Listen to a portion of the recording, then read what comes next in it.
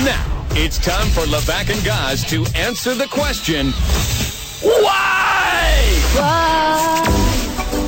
Tell me why? Why? It's always, every Wednesday, usually at 4 o'clock, we'll do a little game we call Why, where Goz will ask a question, why, and then I have to begin to explain it. He usually helps out. But the only real rule is I can't say why not or because, correct? That's right. Those are the only rules of it. And you've done pretty good so far. I do. I mean, I'm an artist of the bull-doo-doo variety, so worst case scenario, I'll just make something up. Okay, great. All right. That's why this show's so successful. The first one, the New York Jets. Is that why? Because I don't know why. That's a great why. Why is this show successful? I don't know. The New York Jets have cut cornerback Darrelle Revis. Why? $15.5 million. That's why. That would be his cap hit. It's like 15.3. He would be the second largest cap hit for a cornerback, just behind Josh Norman. Last year, he was burnt more frequently than toast. It was pretty terrible. Marquise Goodwin made him look sloppy. One player after another. He's not the Revis we know. And worse than that, guys, he came into the season overweight and out of shape. He wasn't in shape until halfway through the season, and by then we were all speculating whether or not he had injuries that we just didn't understand that would make him the reason why he wasn't that good. So all in all, it was a bad contract all the way through. It was a bad contract for the amount it was there, but Darrelle Revis overall, he can still play in the NFL skills-wise. We're not talking about Kobe Bryant or Derek Jeter, guys in their final years in their respective sports who were so bad it was argued if they were the worst starters in the NBA or MLB. Revis is still a top 15, top 20 corner. Now, is he going to make... I don't know that, though. I think he definitely is. I think he's a top 30 corner. No, he's not that bad. It may seem like that because he plays in New York and the Jets were so bad, but it's tough to find a cornerback. I don't think he wants to play anymore, guys. I don't even think he wants to play. Well, that's a different discussion. Just because he doesn't want to play anymore doesn't make him not a top 20 cornerback anymore. I think it exactly does. No, it doesn't. Fat, he doesn't want to play. 64 cornerbacks play in the NFL. I mean, look who's back out shooting again. Joe Cremo back out. Joe Cremo is back out there. But Darrelle Revis can still play. I understand. You're right. It comes down to money. Financially, that last year of the contract doesn't make sense for the quality of play and what he could make going forward. He needs to make less money if he still wants to play. Fair point. Okay. Number 2, some fans are thinking Kevin Durant's injury may make the Golden State Warriors no longer the favorites to win the Western Conference. Why? Okay, I'm not saying I'm one of those people that believes it, but I am one that hopes it. They become the villains to me. So I'm looking for reasons to think they're not super teams. Last year's team was far deeper than this year's team. They could do things that this year's team can't do. One of the things that fixed the fact that they weren't as deep is you had 4 superstars. Kevin Durant replaced a lot of the bench, a lot of the guys that, the role players, the guys who get out there and get things done for you. So now he's not available. You go out, you replace him with like a Matt Barnes for a little while. That it could put them in a little bit of hurt. They're still going to be the top seed. They're still going to win all the way until, at worst, they could lose to like a San Antonio or a Houston in the Western Conference Finals. But even that, I don't really believe. No, I don't believe it either. And a lot of reports coming out now are saying that the Warriors will say Kevin Durant's likely going to be coming back for the playoffs. And if they believe that Curry and Draymond and Klay Thompson can get them a top seed in the Western Conference, then that's good enough. And, yeah, you don't want the biggest investment you had this offseason not being able to play when it matters the most. The Warriors franchise now expects NBA championships. The goals have changed.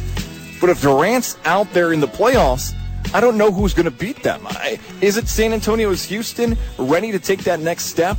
I don't see it yet. I'm not buying that even this injury has changed my mind that the Golden State Warriors, without Kevin Durant, cannot be the favorite to win the Western Conference. Can I paint an awesome picture for you, though? Go ahead. What if Durant can't go in the first round of the playoffs? Oklahoma City falls to 8, and Russell Westbrook gets to bounce the Warriors without Durant to help them. That would be amazing. And even if the games are close, it would be an awesome first-round series. I watched the Thunder get absolutely smacked by the Warriors in that primetime game, so a lot has to change in a 7-game series. But, man, that would be a lot of fun. And especially, we saw some trash talk in that game during Durant and Westbrook barking back and forth at each other. I would have loved to see that come playoff time. Remind me to ask you a question about. You know what? I'll just do it right now. Let's do it. After you for one have said Washington is close to being the kind of team that could push Cleveland. Yes. After seeing what they did to a Durant-less Warriors last night, did that embolden you in any way? A little bit. I think when you have that quick of a transition, when you have a player out that quickly, it's tough to get a real good take on the evaluation of that team. Like, for instance, the Knicks and Raptors game. Kyle Lowry was out so quickly that it said, hey, can the Knicks actually be a team that's good as Toronto? I don't think so, but because they had to swing it around so quick. So I'm not going to go that far. I still believe Washington's the second best team in the Eastern Conference, even better than Boston. Charlie Volker just came up and said hi to me after because Mark Benson and I picked on him on the air. Sorry, Charlie. Right, George St. Pierre is coming out of retirement for the UFC. Why? I think you have answered this question on the show. Where is Ronda Rousey? Where is Conor McGregor? Where is Bones Jones? Where is the next superstar in the UFC?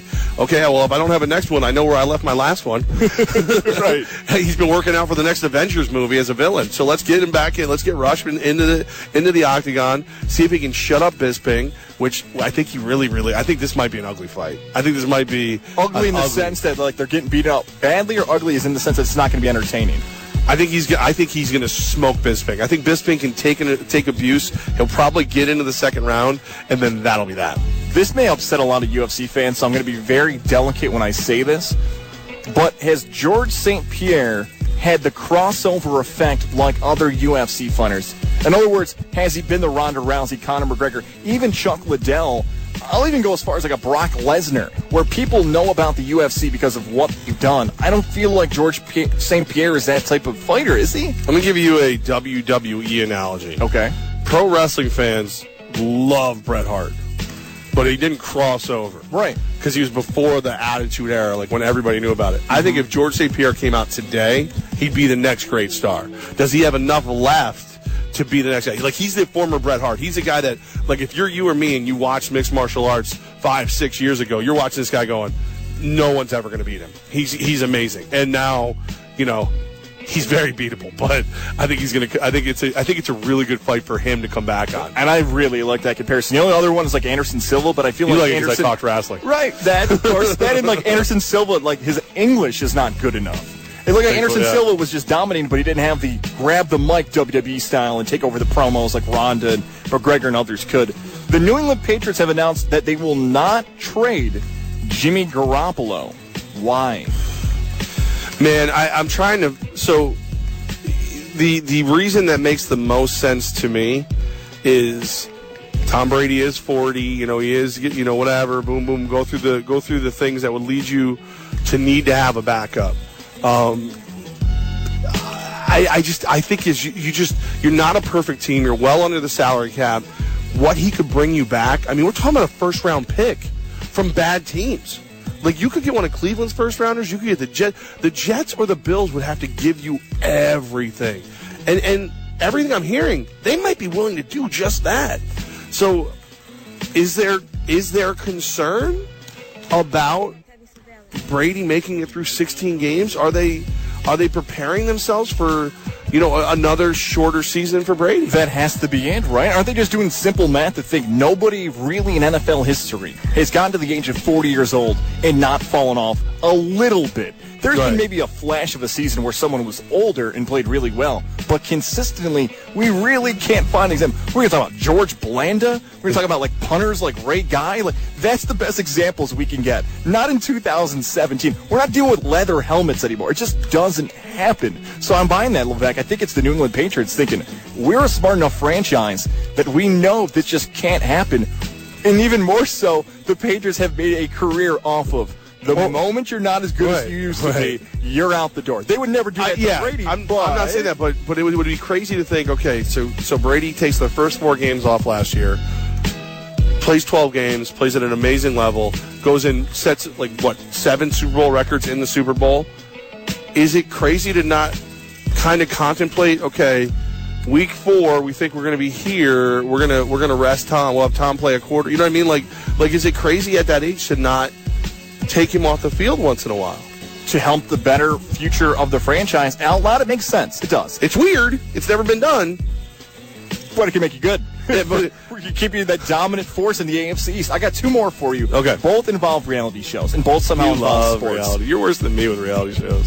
Rashad Jennings. Challenge was great last night, by the way. Oh, you beat me to it. I'm going to start with that. That was one of mine. All right, We'll go to the challenge then. Yes. CT Yes. from MTV's The Challenge Yes. is considered a great reality television character of all time. Yes. Why? Because he's so volatile, you never know what you're going to get. The second there's a beer open in like the first party when everybody goes crazy in the house, he's going to punch somebody in the mouth. It's nuts.